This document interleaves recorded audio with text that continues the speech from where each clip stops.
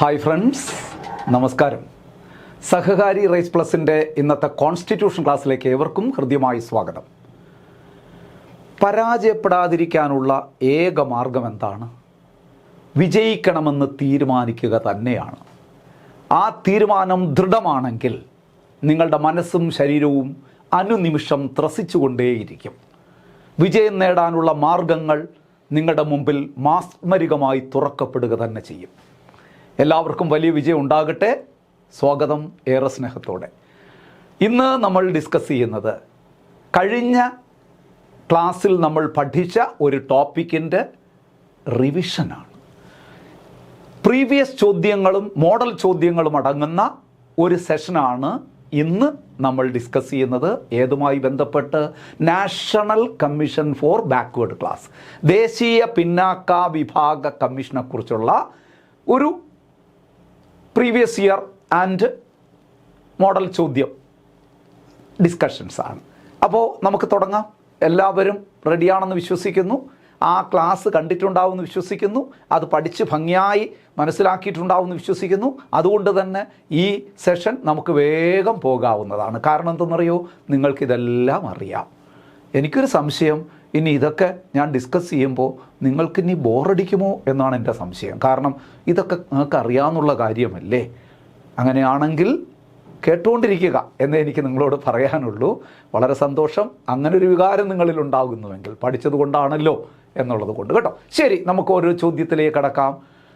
വളരെ പ്രധാനപ്പെട്ടൊരു ചോദ്യമാണ്. 2021 ഒരു പ്രീവിയസ് ഇയർ ചോദ്യം, അതായത് നമ്മുടെ PSCയുടെ ഒരു ചോദ്യമാണ്. നോക്കൂ, ദേശീയ പിന്നാക്ക വിഭാഗ കമ്മീഷന് ഭരണഘടനാ പദവി നൽകിയത് ഏത് ഭേദഗതിയിലൂടെയാണ്?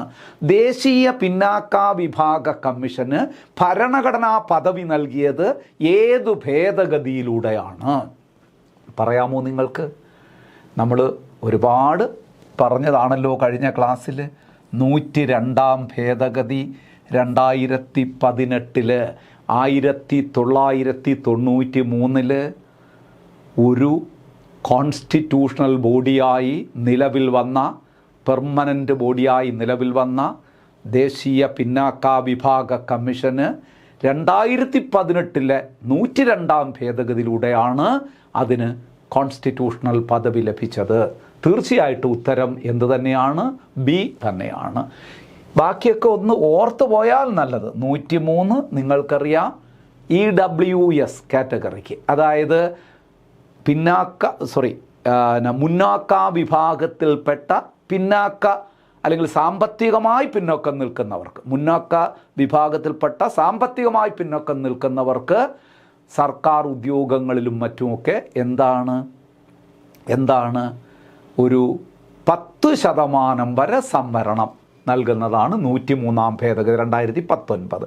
101 ഇന്ത്യയിൽ GST നടപ്പിലാക്കിയ ഭരണഘടനാ ഭേദഗതി.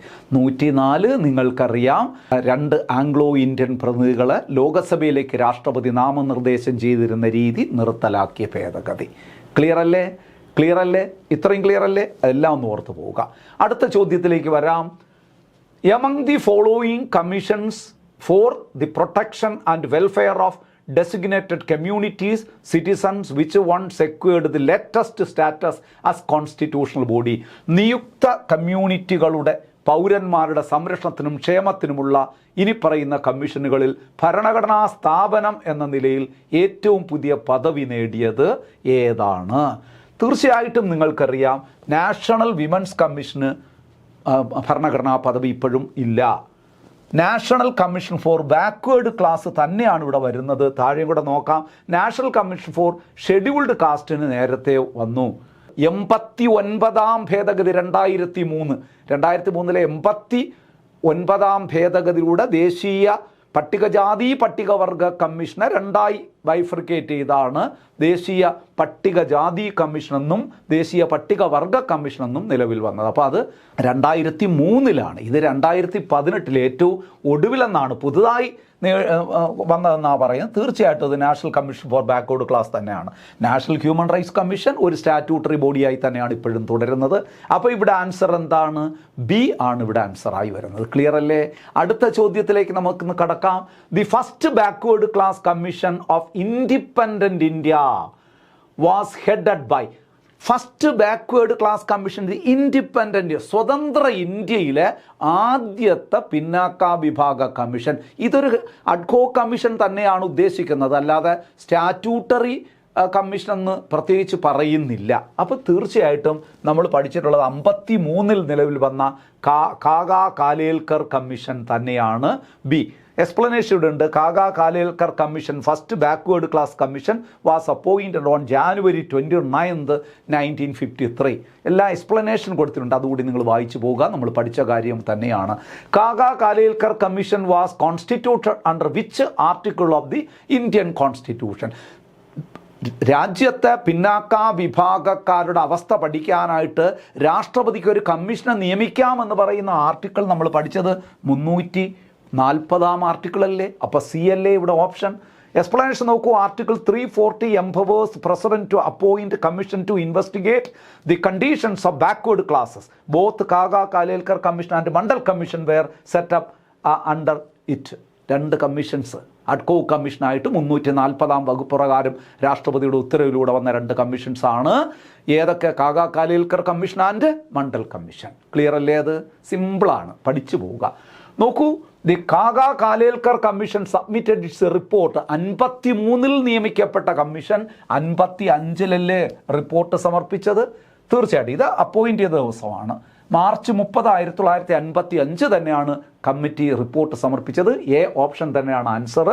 നോക്കൂ, the commission was appointed on 29th January 1953 and submitted its report on 30th March 1955. Clear അല്ലേ? അടുത്ത നമുക്ക് നോക്കാം.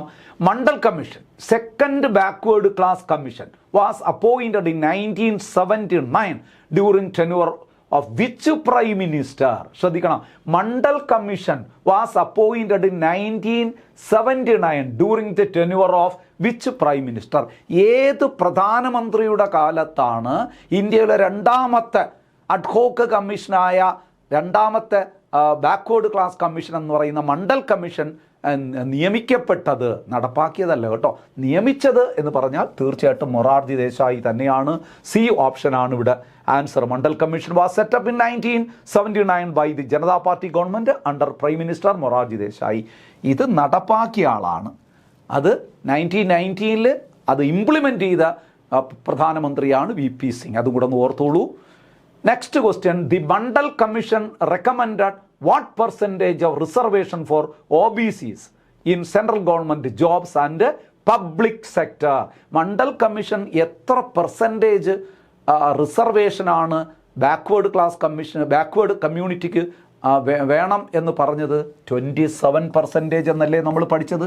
ബി ഓപ്ഷനിലെ ഇവിടെ ആൻസർ വ്യക്തമായി അവിടെ അതിൻ്റെ എക്സ്പ്ലനേഷൻ കൊടുത്തിട്ടുണ്ട്. എക്സ്പ്ലനേഷൻ ഇനി ഞാൻ പറയേണ്ടതില്ല, നിങ്ങളൊന്ന് ഓടിച്ച് വായിച്ചാൽ തന്നെ നിങ്ങൾക്ക് മനസ്സിലാവും. എല്ലാം പഠിച്ച കാര്യങ്ങളാണ്. നിങ്ങൾ ഈ ക്വസ്റ്റ്യൻ വർക്കൗട്ട് ചെയ്യുമ്പോഴേ ഈ എക്സ്പ്ലനേഷനും കൂടെ ഒന്ന് വായിച്ച് മനസ്സിലാക്കി വെക്കുക. നല്ല രീതിയിൽ നിങ്ങൾക്ക് പ്രയോജനപ്രദമായ രീതിയിലൂടെ എക്സ്പ്ലനേഷൻ കൊടുത്തിട്ടുണ്ട്. It recommended 27% reservation for OBCs and which along with existing 2.25% for SC/ST kept total reservation below the 15 ceiling. അതും കൂടെ ഒന്ന് ഓർത്ത് വെച്ചോളൂ.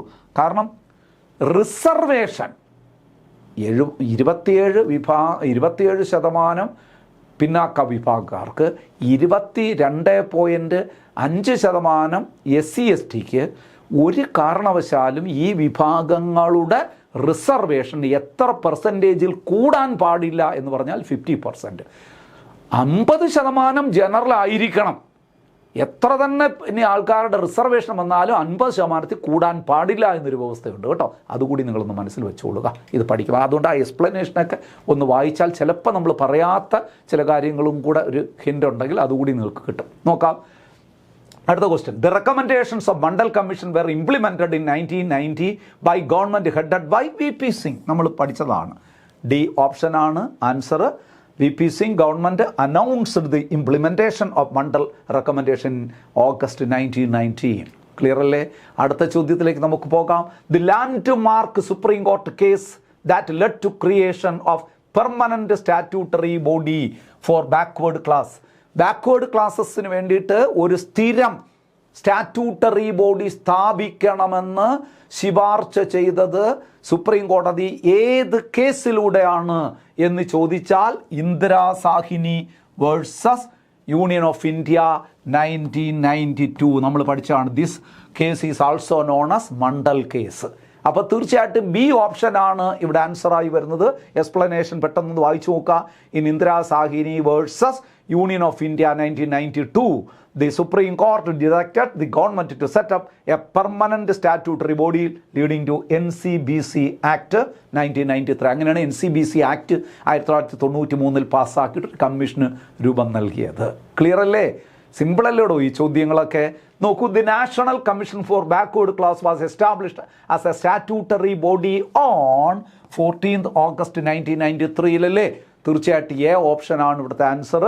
The backward class commission was established on 14th August 1993 under the National Commission for Backward Class Act 1993. Clear അല്ലേ? അടുത്ത ചോദ്യം നമുക്ക് നോക്കാം. Which article of constitution deals with national commission for backward classes? Which article of constitution deals with national commission for backward class? ഏതാണ് national commission for backward class? Article 338 B അല്ലേ? ഇതേതാണ്? National commission for scheduled caste അല്ലേ? ഇതേതാണ്? National commission for scheduled tribes അല്ലേ? ഇതാണ് national commission for backward class. ഇത് ഒരു കമ്മീഷനെ നിയമിക്കാൻ രാഷ്ട്രപതിക്ക് അധികാരം നൽകുന്ന ആർട്ടിക്കിളാണ്. എന്തിനു വേണ്ടിയിട്ട്? To study the conditions of backward classes in India. ഇന്ത്യയിലെ പിന്നാക്ക വിഭാഗക്കാരുടെ പ്രശ്നങ്ങൾ പഠിക്കാൻ വേണ്ടിയിട്ട് രാഷ്ട്രപതിക്ക് ഒരു കമ്മീഷൻ നിയമിക്കുക എന്ന് പറയുന്ന ആർട്ടിക്കിളാണ്. അപ്പോൾ അതെല്ലാം ഒന്ന് ഓർത്ത് വെച്ചുകൊള്ളുക. ക്ലിയർ അല്ലേ? അപ്പോൾ ഇവിടെ ആൻസർ എന്താണ്? സി ആണ്. നമ്മുടെ ആൻസർ സി. നേരത്തെ ഞാൻ മാർക്ക് ചെയ്തിട്ടുണ്ടായിരുന്നു. ഇതാ ഇവിടെ വ്യക്തമായിട്ട് അതെല്ലാം പറഞ്ഞിട്ടുണ്ട്. നിങ്ങളൊന്ന് വായിച്ചു വെച്ചേക്കുക. അടുത്ത ചോദ്യത്തിലേക്ക് നമുക്കൊന്ന് പോകാം. Article 342A of the constitution empowers president to India. 342A നമ്മൾ പറഞ്ഞു. എന്താണ് രാഷ്ട്രപതിക്ക് അങ്ങനെ ഒരു അധികാരം കൊടുക്കുന്നത്? നമ്മുടെ സംസ്ഥാനങ്ങളുടെയും കേന്ദ്രഭരണ പ്രദേശങ്ങളിലെയും പിന്നാക്ക വിഭാഗ പട്ടിക തയ്യാറാക്കാനുള്ള അവകാശം കേന്ദ്രത്തിന് നൽകിയത് അല്ലെങ്കിൽ രാഷ്ട്രപതിക്ക് നൽകിയാണ്. അപ്പോൾ എന്താ അധികാരമാണ് നൽകുന്നത്? അപ്പോയിൻറ്റ് ചെയർമാൻ ഓഫ് അല്ല, NCBCയുടെ ചെയർമാനെ നിയമിക്കാനുള്ള അധികാരമല്ല. Notify caste communities are socially economically backward class. ഇതാണ് ആൻസർ. കറക്റ്റ്. അപ്പം ബി ഓപ്ഷനാണ് ഇവിടെ ആൻസർ. ഇതൊന്ന് വായിച്ചു നോക്കുക. വ്യക്തമായിട്ട് എൻ്റെ എക്സ്പ്ലനേഷൻ താഴെ കൊടുത്തിട്ടുണ്ട്. അടുത്ത ചോദ്യത്തിലേക്ക് നമുക്കൊന്ന് കിടക്കാം. The chairperson, vice chairperson and members of NCBC are appointed by the president of India. B ഓപ്ഷനല്ലേ ഇവിടെ ആൻസറായി വരുന്നത്? തീർച്ചയായിട്ടും പ്രസിഡന്റ് തന്നെയാണ് അപ്പോയിൻറ്റ് ചെയ്യുന്നത്. അടുത്ത് നോക്കൂ. The NCBC national commission for backward class functions under which union ministry of social justice and empowerment. സാമൂഹ്യനീതി ശാക്തീകരണ മന്ത്രാലയത്തിൻ്റെ കീഴിലല്ലേ തീർച്ചയായിട്ടും NCBC പ്രവർത്തിക്കുന്നത്? തീർച്ചയായിട്ടും. അപ്പോൾ സി ഓപ്ഷനാണ്. National commission for backward class head quarters in New Delhi, works under the ministry of social justice and empowerment. Clear അല്ലേ? നോക്കൂ. The term of office of chairperson and members of NCBC 3 years അല്ലേ? 3 വർഷമല്ലേ? 3 വർഷമാണ്. അപ്പോൾ answer A തന്നെയല്ലേ answer? തീർച്ചയായിട്ടും A തന്നെയാണ്. വായിച്ചു നോക്കിയാൽ മതി. ഇവിടെ പ്രത്യേകിച്ചൊന്നുമില്ല, നമ്മൾ പറഞ്ഞ കാര്യങ്ങൾ തന്നെയാണ്. ഒന്നുകൂടെ നിങ്ങൾക്ക് വ്യക്തത വരുത്താൻ വേണ്ടിയിട്ട് ഒരു എക്സ്പ്ലനേഷൻ കൊടുത്തിട്ടിരിക്കുകയാണ്. അതിനി പറഞ്ഞ് സമയം കളയേണ്ടതില്ല. നിങ്ങൾക്ക് വായിക്കുമ്പോൾ തന്നെ ചിലതൊക്കെ ഞാൻ പറഞ്ഞു പോകാം. നോക്കാം. Who assumed charges as the chairperson of national commission for backward class in March 2016. നിലവിലെ national commission for backward class അതിൻ്റെ ചെയർപേഴ്സൺ ആര്? സ്വാതി നിരഞ്ജൻ ജ്യോതിയാണ് current chairperson of national commission for backward class. നമ്മൾ പഠിച്ചതാണ്, മറന്നു പോകരുത്, പഠിച്ചു വെച്ചോളുക. അവരെന്നാണ് ചാർജ് എടുത്തതെന്ന് വെച്ചാൽ മാർച്ച് 18, 2026 2026 മാർച്ച്. വലിയ കാലമൊന്നും ആയിട്ടില്ല, പഠിച്ചു വെച്ചോളൂ കേട്ടോ.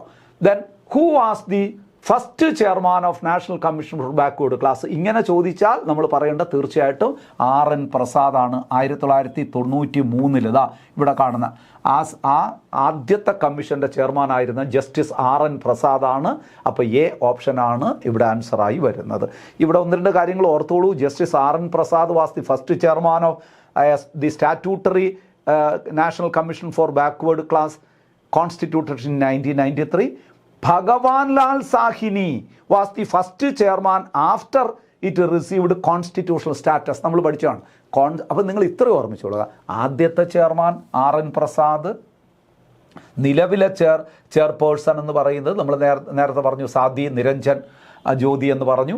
ഇനി എന്നാൽ ഇതിന് ഭരണഘടനാ പദവി ലഭിച്ച ശേഷം ആദ്യ പ്രസിഡൻ്റായിരുന്ന ആളാരാണെന്ന് വെച്ചാൽ ഭഗവാൻ ലാൽ സാഹിനിയാണ്. നമ്മൾ പഠിച്ചതാണ്. ഇതെല്ലാം നിങ്ങളുടെ മനസ്സിലുണ്ടാകണം. 105th constitutional amendment act 2021 is related to എന്താണ്?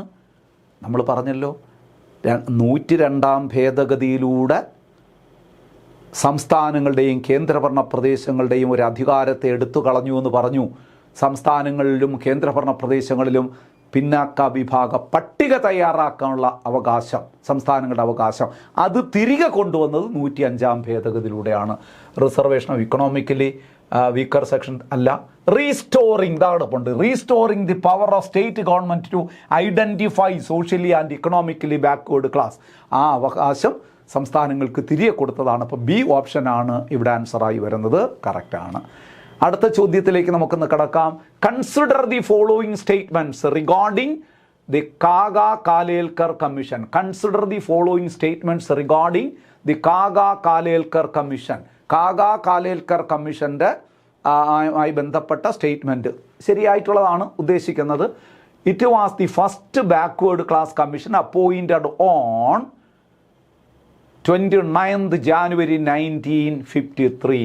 ശരിയാണ്. 1953 ജാനുവരി 29 അല്ലേ ഈ കമ്മീഷൻ നിലവിൽ വന്നത്? ശരിയാണ്. It was permanent statutory body created by act of parliament. തെറ്റല്ലേ? അത് പെർമനന്റ് ബോഡിയല്ല. കാഗ കാലേൽക്കർ കമ്മീഷൻ അഡ്ഹോക്ക് ബോഡിയല്ലേ? തീർച്ചയായിട്ടും. അടുത്ത its recommendation were fully accepted. തെറ്റല്ലേ? ഇത് തള്ളിക്കളയുകയല്ലേ ചെയ്തത്? തെറ്റാണ്. And implemented by central government. തള്ളിക്കളയാണ് ചെയ്തത്. അപ്പോൾ ഇവിടെ ഒരെണ്ണം മാത്രമേ ശരിയായിട്ടുള്ളൂ. എ 1 ഒള്ളി എന്ന് പറയുന്ന എ അല്ലേ ഇവിടെ ആൻസറായി വരുന്നത്. ബാക്കി വായിച്ചു നോക്കുക. ക്ലിയർ അല്ലേ? ഇത്രയും ക്ലിയർ ആയോ? യെസ്. എങ്കിൽ നമുക്ക് അടുത്ത ചോദ്യത്തിലേക്ക് കടക്കാം. Consider the following statements regarding Mandal commission. രണ്ടാമത്തെ ബാക്ക്വേർഡ് ക്ലാസ് കമ്മീഷനാണ്, അഡ്ഹോക്ക് കമ്മീഷനാണ് മണ്ഡൽ കമ്മീഷൻ. ആ മണ്ഡൽ കമ്മീഷനുമായി ബന്ധപ്പെട്ട സ്റ്റേറ്റ്മെൻറ്റുകളൊന്ന് നോക്കുക. It was an ad hoc commission set up by executive resolution deriving authority from article 340. Correct അല്ലേ? ആർട്ടിക്കിൾ 340 പ്രകാരം അധികാരപ്പെട്ട ഒരു കമ്മീഷൻ തന്നെയാണ്. തീർച്ചയായിട്ടും അഡ്ഹോക്ക് കമ്മീഷനെ നിയമിക്കാൻ അങ്ങനെ ഒരു അധികാരം നൽകുന്ന ആർട്ടിക്കിൾ 340 തന്നെയാണ്. അതുപ്രകാരം നിലവിൽ വന്ന ഒരു അഡ്ഹോക്ക് കമ്മീഷനാണ്. ശരിയാണ്. ഏത് commission? Mandal commission.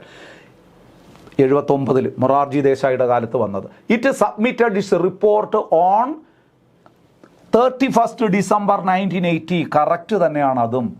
It recommended 27% reservation for OBCs in central government jobs. അതും കറക്റ്റാണ്. അപ്പോൾ ഓൾ ഓഫ് ദി അബോവ് എന്ന് പറയുന്ന ഡി അല്ലേ ഇവിടെ കറക്റ്റായിട്ട് വരുന്നത്? ഡി ഓപ്ഷൻ തന്നെയാണ്. ക്ലിയർ അല്ലേ? അടുത്ത നമുക്ക് നോക്കാം. Consider the following statements. In Indira Sawhney versus union of India 1992 the supreme court directed the government to constitute a permanent statutory body for backward classes. അങ്ങനെയാണല്ലോ. 1992 മണ്ഡൽ കേസ് എന്ന് പറയുന്ന അല്ലെങ്കിൽ ഇന്ദിരാസാഹിനി കേസിൽ സുപ്രീം കോടതി കൊടുത്ത ഡയറക്ഷൻ, ഗവൺമെൻറ് കൊടുത്ത ഡയറക്ഷൻ എന്ന് പറയുന്നത് to constitute a permanent statutory body, ഒരു സ്ഥിരം സ്റ്റാറ്റ്യൂട്ടറി ബോഡിയെ നിയമിക്കണം എന്ന്. ക്ലിയർ അല്ലേ? The national commission for backward class act was passed by parliament in 1992. നോക്കൂ, the national commission for backward class act was passed by parliament in 1992. The national commission for backward class, തീർച്ചയായിട്ടും act പാസ്സാക്കിയത് 1992 അല്ല, 1993 1992 ഈ കേസിലൂടെ supreme കോടതി മുന്നോട്ട് വച്ച നിർദ്ദേശപ്രകാരം 1993 അപ്പോൾ ഇത് തെറ്റാണ്. ഇന്ദിരാസാഹിനി സുപ്രീം കോടതി ഡയറക്റ്റഡ് ഗവൺമെൻറ് കോൺസ്റ്റിറ്റ്യൂട്ട്, അത് ശരിയാണ്, ഇത് തെറ്റാണ്. The NCBC was established on August 14, 1993, അത് കറക്റ്റാണ്. അപ്പോൾ 1ഉം 3ഉം അല്ലേ ഇവിടെ ശരി? 1ഉം 3ഉം എന്ന് പറയുന്ന ബി ഓപ്ഷനാണ് ഇവിടെ കറക്റ്റ് ഉത്തരമായി വരുന്നത്. ശരിയല്ലേ? അടുത്ത ചോദ്യത്തിലേക്ക് നമുക്കൊന്ന് കടക്കാം. With reference to the 102nd constitutional അമെൻമെൻ്റ് ആയിട്ട് കൺസിഡർ ദി ഫോളോയിങ് സ്റ്റേറ്റ്മെൻറ്റ്, 102ാം ഭേദഗതിയുമായി ബന്ധപ്പെട്ടത്. It inserted article 338B into Constitution. Correct. It inserted Article 338B into Constitution. It inserted, ഇത് correct അല്ലേ? It inserted Article 342A into Constitution. Correct. ഇത് NCBC, national commission for backward class commission, ഇത് പ്രസിഡന്റിന് നമ്മുടെ പിന്നാക്ക വിഭാഗ പട്ടിക തയ്യാറാക്കാൻ അധികാരം നൽകുന്നത്. അപ്പോൾ അതും കറക്റ്റാണ്. ഇറ്റ് വാസ് എനാക്റ്റഡ് ഇൻ 2016, അത് തെറ്റാണ്. എന്നാണ് ഇത് എനാക്ട് ചെയ്തത്? ഇത് 2018 അല്ലേ 102ാം ഭേദഗതി വരുന്നത്? 2018 അപ്പോൾ ആ പ്രസ്താവന തെറ്റാണ്. അപ്പോൾ ഇവിടെ 1ഉം 2ഉമാണ്. 1ഉം 2ഉം എന്ന് പറയുന്നത് ബി ആണ്. ബി ഓപ്ഷൻ കറക്റ്റ് ഉത്തരമാണ്. ക്ലിയർ അല്ലേ? അടുത്ത ചോദ്യം നമുക്ക് നോക്കാം.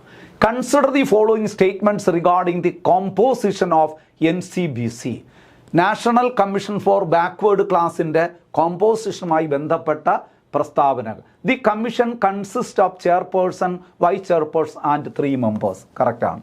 ഒരു ചെയർമാൻ, ഒരു വൈസ് ചെയർമാൻ, 2 അംഗങ്ങൾ. രണ്ടാമത്തെ, the chairperson is appointed by the prime minister. തെറ്റല്ലേ? പ്രൈം മിനിസ്റ്റർ അല്ലല്ലോ, പ്രസിഡൻ്റ് അല്ലേ? പ്രസിഡൻ്റ് അല്ലേ ചെയർപേഴ്സണെ അംഗങ്ങളെയും നിയമിക്കുന്നത്? അപ്പോൾ അത് തെറ്റാണ്. The condition of service and tenure of office of members are determined by the president. അത് കറക്റ്റാണ്. അവരുടെ സേവന വ്യവസ്ഥകളും മറ്റുമൊക്കെ നിശ്ചയിക്കുന്ന പ്രസിഡൻറ്റ് തന്നെയാണ്. അപ്പോൾ 1ഉം 3ഉമാണ് കറക്റ്റ്. 1ഉം 3ഉം എന്ന് പറയുന്ന ബി ആണ് ഇവിടെ കറക്റ്റ് ആൻസറായി വരുന്നത്. അടുത്ത ചോദ്യത്തിലേക്ക് നമുക്ക് പോകാം. Consider the following statements regarding the members of NCBC. Consider the following statement regarding the members of NCBC, national commission for backward ക്ലാസിൻ്റെ മെമ്പേഴ്സുമായി ബന്ധപ്പെട്ട ശരിയായ പ്രസ്താവന നമുക്കൊന്ന് നോക്കാം. എന്താണ്? The term of office of members is 3 years. കറക്റ്റാണ്. 3 വർഷമല്ലേ അംഗങ്ങളുടെ കാലാവധി. അടുത്ത നോക്കൂ, the members are eligible for reappointment without any limit on the number of terms. തെറ്റല്ലേ?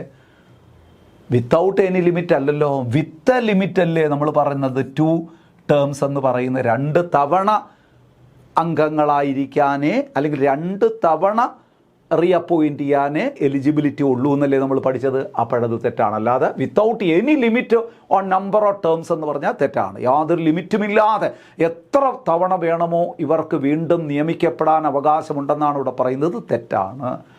A member is not eligible for appointment for more than 2 terms. Correct. ഇതാണ് correct. 2 തവണയിലധികം ഒരാൾക്ക് മെമ്പറാകാൻ എലിജിബിലിറ്റി ഇല്ല. അപ്പോഴേതൊക്കെയാണ്? 1ഉം 3ഉമാണ്. 1ഉം 3ഉം എന്ന് പറയുന്ന ബി ആണ് ഇവിടെ കറക്റ്റായിട്ട് വരുന്നത്. ക്ലിയർ അല്ലേ? അടുത്ത ചോദ്യം നമുക്ക് നോക്കാം. Consider the following statements regarding the report of national commission for backward class. Consider the following statements regarding the reports of national commission for backward class റിപ്പോർട്ടുമായി ബന്ധപ്പെട്ടതാണ്. നാഷണൽ കമ്മീഷൻ ഫോർ ബാക്ക്വേർഡ് ക്ലാസിൻ്റെ റിപ്പോർട്ടുമായി ബന്ധപ്പെട്ടതാണ്. The commission presents annual and special report to the president. ശരിയല്ലേ? വാർഷിക റിപ്പോർട്ടോ അല്ലെങ്കിൽ ഇടയ്ക്ക് വെച്ച് നൽകുന്ന സ്പെഷ്യൽ റിപ്പോർട്ടോ ആകാം. ഏത് റിപ്പോർട്ടായാലും പ്രസിഡൻറ്റിന് തന്നെയാണ് കൊടുക്കേണ്ടത്. അതിൽ സംശയമൊന്നും വേണ്ട. ആർക്കാണ് കൊടുക്കേണ്ടത്? To the president. കറക്റ്റ് തന്നെയാണ്. The report are laid before both the House of Parliament along with the memorandum explain the action taken. തീർച്ചയായിട്ടും അടുത്ത സ്റ്റെപ്പ് അതല്ലേ. റിപ്പോർട്ട് കിട്ടിക്കഴിഞ്ഞാൽ പ്രസിഡന്റ് എന്ത് ചെയ്യും? അതിലൊരു മെമ്മോറാണ്ടവും കൂടി തയ്യാറാക്കിയിട്ട് പാർലമെൻറ്റിൻ്റെ ഇരുസഭകളിലും സബ്മിറ്റ് ചെയ്യും. ശരിയാണ്. Any part of report relating to state is forwarded directly to the chief minister of the state. Any part of the report relating to a state is forwarded directly to the chief minister. തെറ്റല്ലേ? ഏതെങ്കിലും ഒരു സംസ്ഥാനത്തിനെ കുറിച്ചുള്ള പരാമർശമുണ്ടെങ്കിൽ, ആ റിപ്പോർട്ടിലുണ്ടെങ്കിൽ, അത് ആർക്കാണ് കൊടുക്കേണ്ടത്? അവിടുത്തെ ഗവർണർക്കല്ലേ കൊടുക്കേണ്ടത്? ഗവർണർക്കാണ് രാഷ്ട്രപതി അയച്ചു കൊടുക്കേണ്ടത്. അപ്പോൾ അത് തെറ്റാണ്. അപ്പോൾ 1ഉം 2ഉം കറക്റ്റാണ്. 1ഉം 2ഉം കറക്റ്റ് എന്ന് പറയുന്നത് എ ഓപ്ഷനാണ്. ഇവിടെ ആൻസർ എ ഓപ്ഷനാണ്. എക്സ്പ്ലനേഷനൊക്കെ ഒന്ന് വായിച്ചു നോക്കണം. State related portion are forward to the governor who places them before the state legislature, not to the chief minister. Chief മിനിസ്റ്ററിനല്ല, ഗവർണർക്കാണ്. ഗവർണർ അത് രാഷ്ട്രപതി എന്താണോ ചെയ്തത് കേന്ദ്രത്തിൽ, അതുപോലെ സംസ്ഥാനത്ത് ചെയ്യണം. രാഷ്ട്രപതി എന്ത് ചെയ്യും? ആ റിപ്പോർട്ട് ഒരു മെമ്മോറാണ്ടമൊക്കെ തയ്യാറാക്കിയിട്ട് പാർലമെൻറ്റിലെ ഇരുസഭകളിലും മുമ്പിലും അവതരിപ്പിക്കും. ഗവർണർ ഒരു മെമ്മോറാണ്ടമൊക്കെ തയ്യാറാക്കിയിട്ട് സ്റ്റേറ്റ് ലെജിസ്ലേച്ചർ അസംബ്ലിയുടെ മുമ്പിൽ അത് നൽകണം. അതാണ് ഇവിടെ പറയുന്നത്. ക്ലിയർ അല്ലേ? അടുത്ത് നോക്കാം. While investigating any complaint, national commission for backward class has the powers of civil court. നമ്മൾ അങ്ങനെയാണല്ലോ പഠിച്ചത്. ഒരു അന്വേഷണം നടത്തുന്ന ആ ഘട്ടത്തിൽ ഇതൊരു കോടതിയായി മാറും. ശരിക്കും സിവിൽ കോടതിയുടെ പവറാണ് കമ്മീഷൻ ഉണ്ടാകുന്നത്. അത് എല്ലാ കമ്മീഷനും അങ്ങനെ നമ്മൾ പഠിച്ച SC കമ്മീഷൻ, ST കമ്മീഷൻ എല്ലാം നമ്മൾ അങ്ങനെയാണ് പഠിച്ചത്. സ്റ്റാറ്റ്യൂട്ടറി കമ്മീഷനിൽ വരുമ്പോൾ നമ്മുടെ മനുഷ്യാവകാശ കമ്മീഷൻ, ഇതെല്ലാം അന്വേഷണം നടത്തുമ്പോൾ അതൊരു സിവിൽ കോടതിയുടെ പവർ തന്നെ അവർക്കെല്ലാം പ്രയോഗിക്കാം. Which of the following are included these power. അങ്ങനെയാണെങ്കിൽ ആ സിവിൽ കോടതിയുടെ പവർ എന്ന് പറയുമ്പോൾ ഈ കമ്മീഷനിൽ ഏതൊക്കെ പവർ വരും? Summoning any person from any part of India and examining him on oath. നമ്മൾ പഠിച്ചല്ലോ. ഇന്ത്യയുടെ ഏതു ഭാഗത്തു നിന്നും ഏതൊരു വ്യക്തിയും വിളിച്ചു വരുത്തി അവനെ കൊണ്ട് സത്യം ചെയ്യിപ്പിച്ച് ചോദ്യങ്ങൾ ചോദിക്കാം, അവൻ്റെ വിവരങ്ങൾ ശേഖരിക്കാം. Requiring the discovery and production of any document or public record. ഏത് രേഖകളും പൊതുരേഖകളും ഒക്കെ കളക്ട് ചെയ്യുകയും പരിശോധിക്കുകയും ചെയ്യാം. Receiving evidence on affidavit.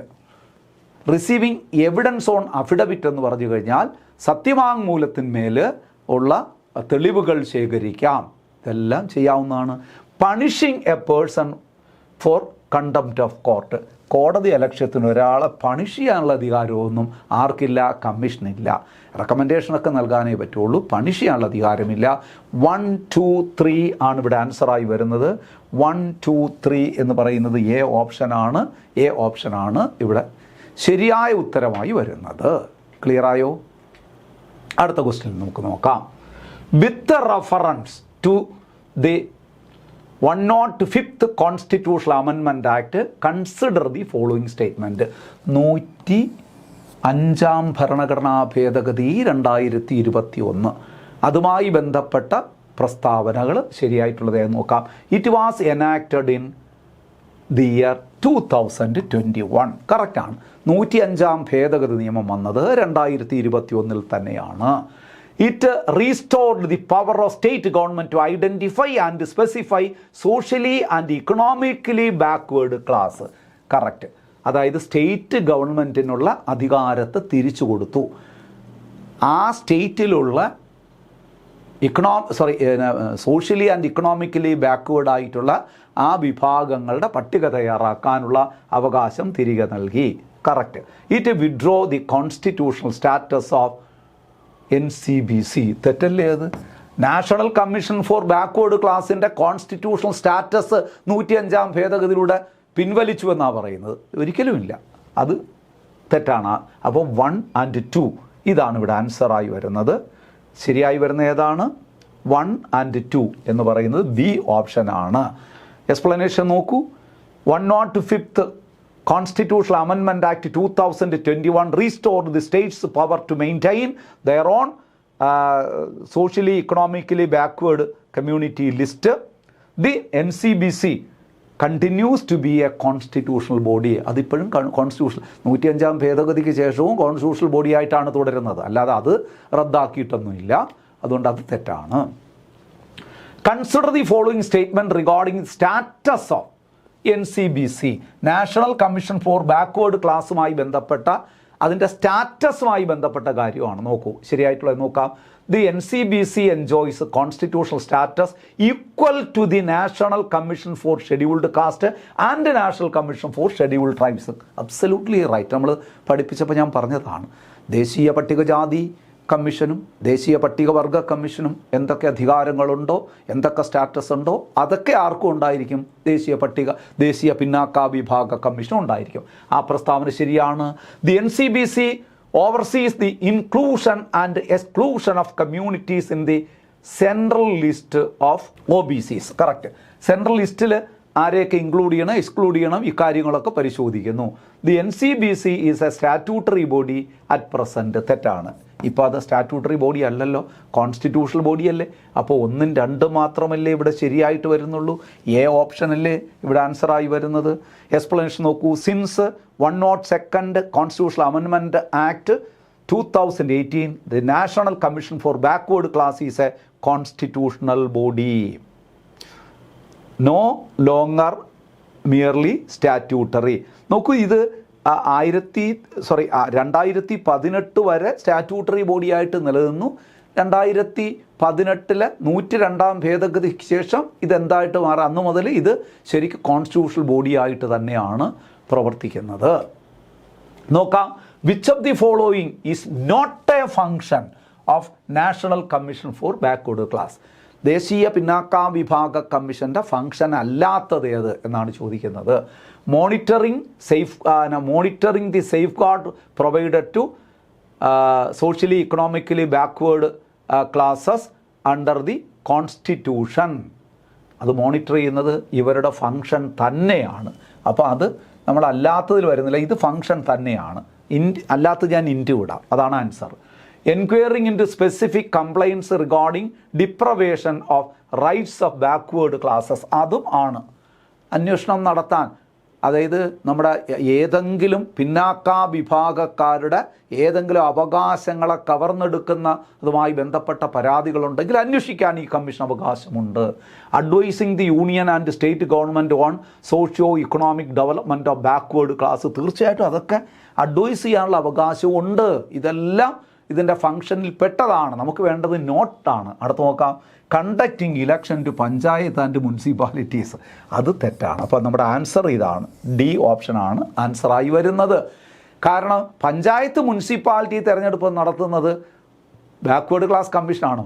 അത് സ്റ്റേറ്റ് ഇലക്ഷൻ കമ്മീഷനല്ലേ, നമ്മുടെ സംസ്ഥാന തെരഞ്ഞെടുപ്പ് കമ്മീഷനല്ലേ. അപ്പോൾ ഇത് തെറ്റായിപ്പോയി. അപ്പോൾ അത് നമുക്ക് വേണ്ടത് തെറ്റാണ്. അപ്പോൾ നമ്മുടെ ഓപ്ഷൻ ഡി ആണ് ആൻസറായി വരുന്നത്. Conducting local body election is the function of state election commission, not national commission for backward class. അതാണ് conducting local body election function of state election കമ്മീഷനാണ്, അല്ലാതെ ഇതല്ല. അതൊക്കെ നമുക്കറിയാമെന്നുള്ളതാണ്. ഇതൊന്നും നിങ്ങൾ തെറ്റിക്കൂല എന്ന് എനിക്കറിയാം, എങ്കിലും ഒന്ന് ഓർത്ത് വെച്ചുകൊള്ളുക ഇതൊക്കെ. നോക്കൂ, അടുത്തത്. With reference to article 348A of Constitution, consider the following statement. The President notifies. ഇത് പ്രസിഡന്റ് നോട്ടിഫൈ ചെയ്ത്, ഇത് പിന്നീട് കൂട്ടിച്ചേർത്താണ്, 102ാം ഭേദഗതിയിലൂടെ കൂട്ടിച്ചേർത്ത 2 ആർട്ടിക്കിളുകളിൽ ഒന്നാണ് ഇത്.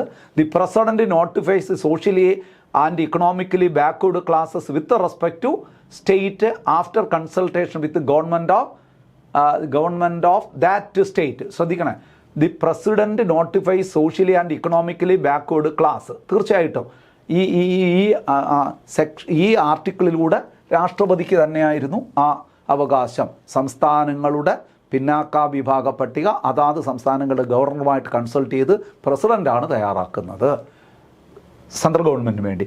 After the 105th Amendment Act, the list notified under Article 342A(1) is the central list. Correct. ഈ 105 ഭേദഗതി പ്രകാരം 342A(1) പ്രകാരം ഇത് സെൻട്രൽ ലിസ്റ്റാണ്. സെൻട്രൽ ലിസ്റ്റിൽ ഉള്ളത് സെൻട്രലിന് മാത്രം അവകാശപ്പെട്ടതാണ്, അത് സ്റ്റേറ്റിന് ബാധിക്കുന്നതല്ല.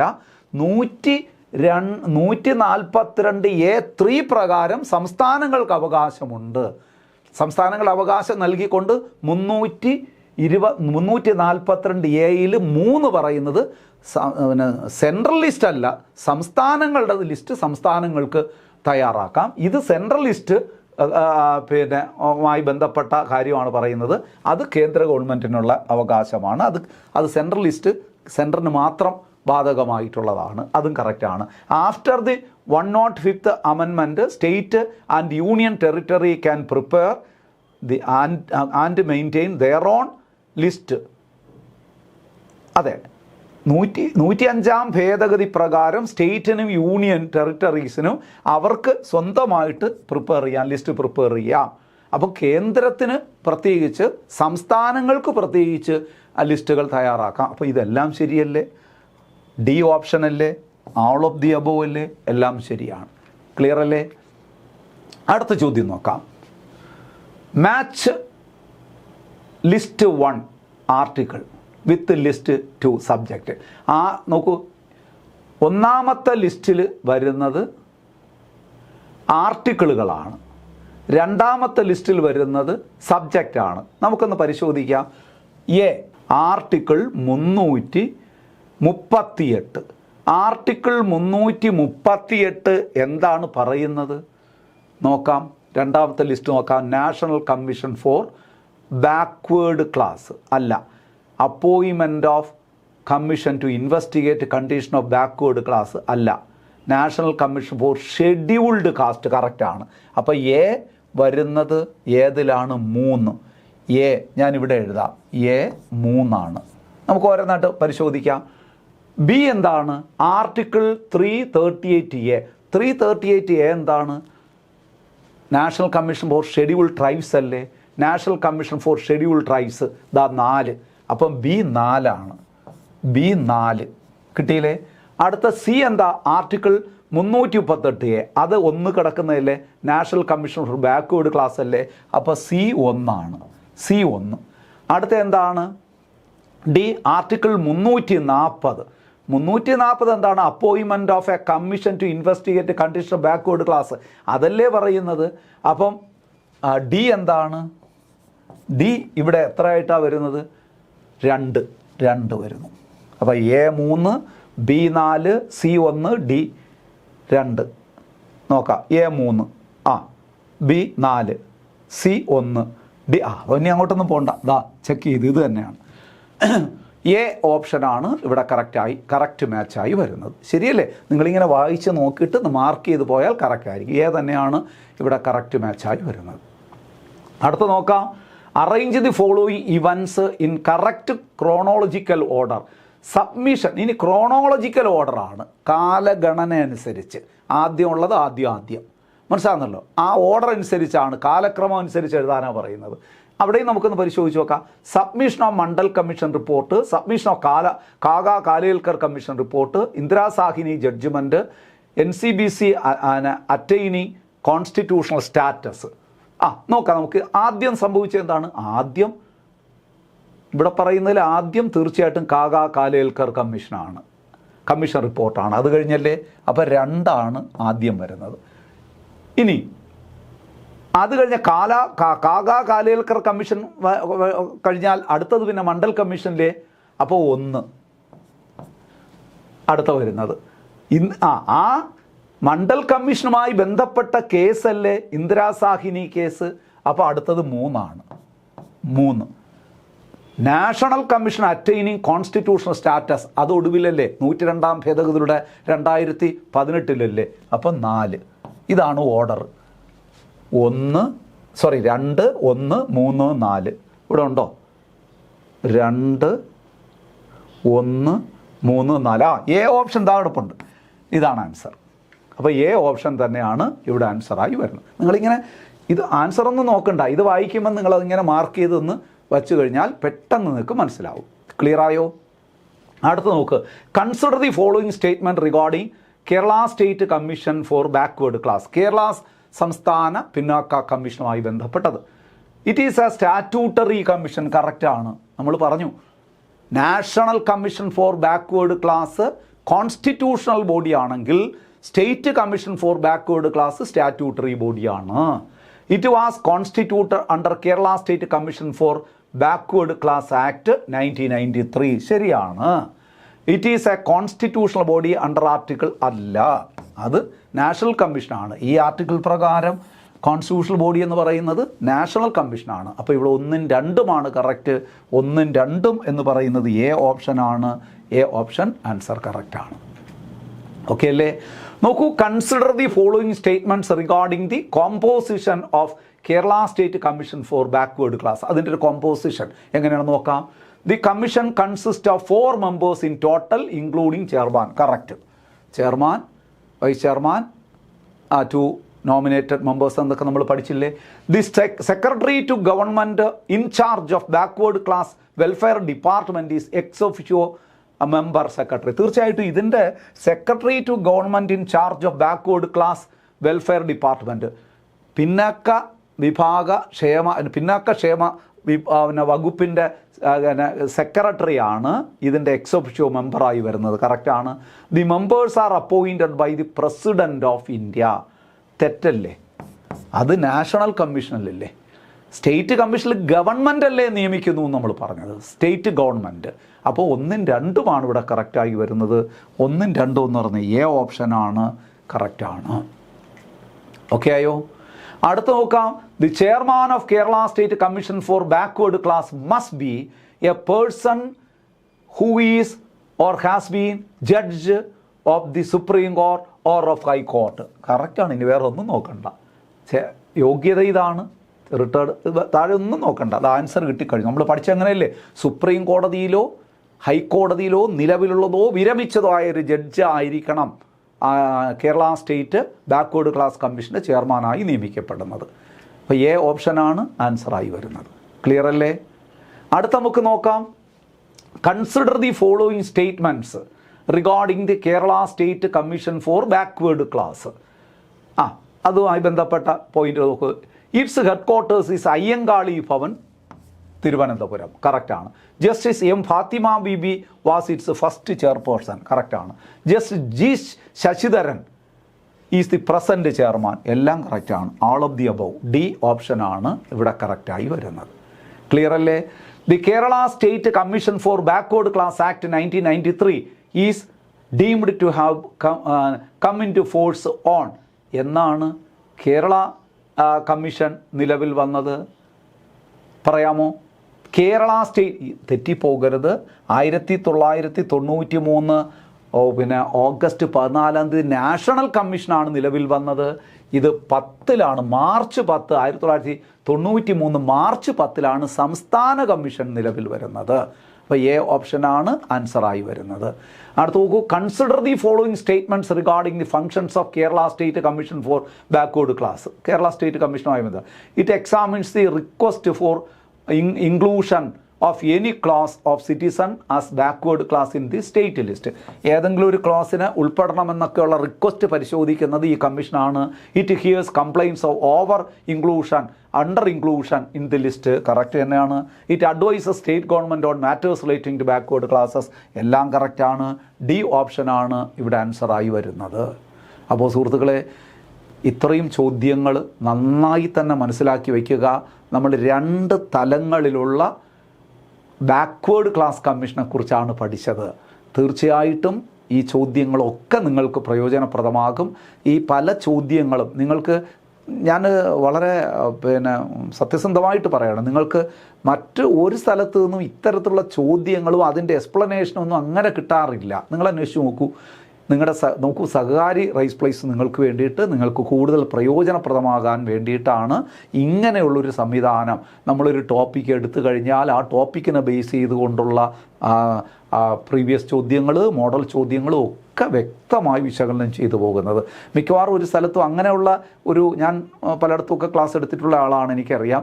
അങ്ങനെയുള്ള ഒരു രീതിയൊന്നും നമ്മൾ പലയിടത്തും കാണാറില്ല. പക്ഷെ നിങ്ങൾക്ക് എത്ര തന്നെ ക്ലാസ്സുകൾ വളരെ വ്യക്തമായി ക്ലാസ് എടുക്കുകയും അതിൻ്റെ ബേസ് ചെയ്തിട്ടുള്ള മോഡൽ ക്വസ്റ്റ്യനും അതുപോലെ തന്നെ പ്രീവിയസ് ഇയർ ക്വസ്റ്റ്യനൊക്കെ എത്ര വ്യക്തമായിട്ടാണ് നമ്മളിവിടെ ഡിസ്കസ് ചെയ്തു പോകുന്നത്. ഇതെല്ലാം നിങ്ങൾ പ്രയോജനപ്പെടുത്തണം. തീർച്ചയായിട്ടും അടുത്ത പരീക്ഷയിൽ, നിങ്ങൾ എഴുതുന്ന പരീക്ഷയിൽ ഏറ്റവും ടോപ്പ് റാങ്ക് നേടാനുള്ള കഴിവ് നിങ്ങൾ സ്വയം ആർജിക്കണം. അതിന് സഹകാരി റൈസ് പ്ലസിൻ്റെ ക്ലാസ്സുകളൊക്കെ നിങ്ങൾക്ക് പ്രയോജനപ്പെടട്ടെ എന്ന് ആശംസിച്ചുകൊണ്ട് ഇന്നത്തെ ക്ലാസ് ഞാനിവിടെ വൈൻഡപ്പ് ചെയ്യുന്നു. മറ്റൊരു ടോപ്പിക്കുമായി നമുക്ക് വീണ്ടും കാണാം. Thank you so much. Good bye.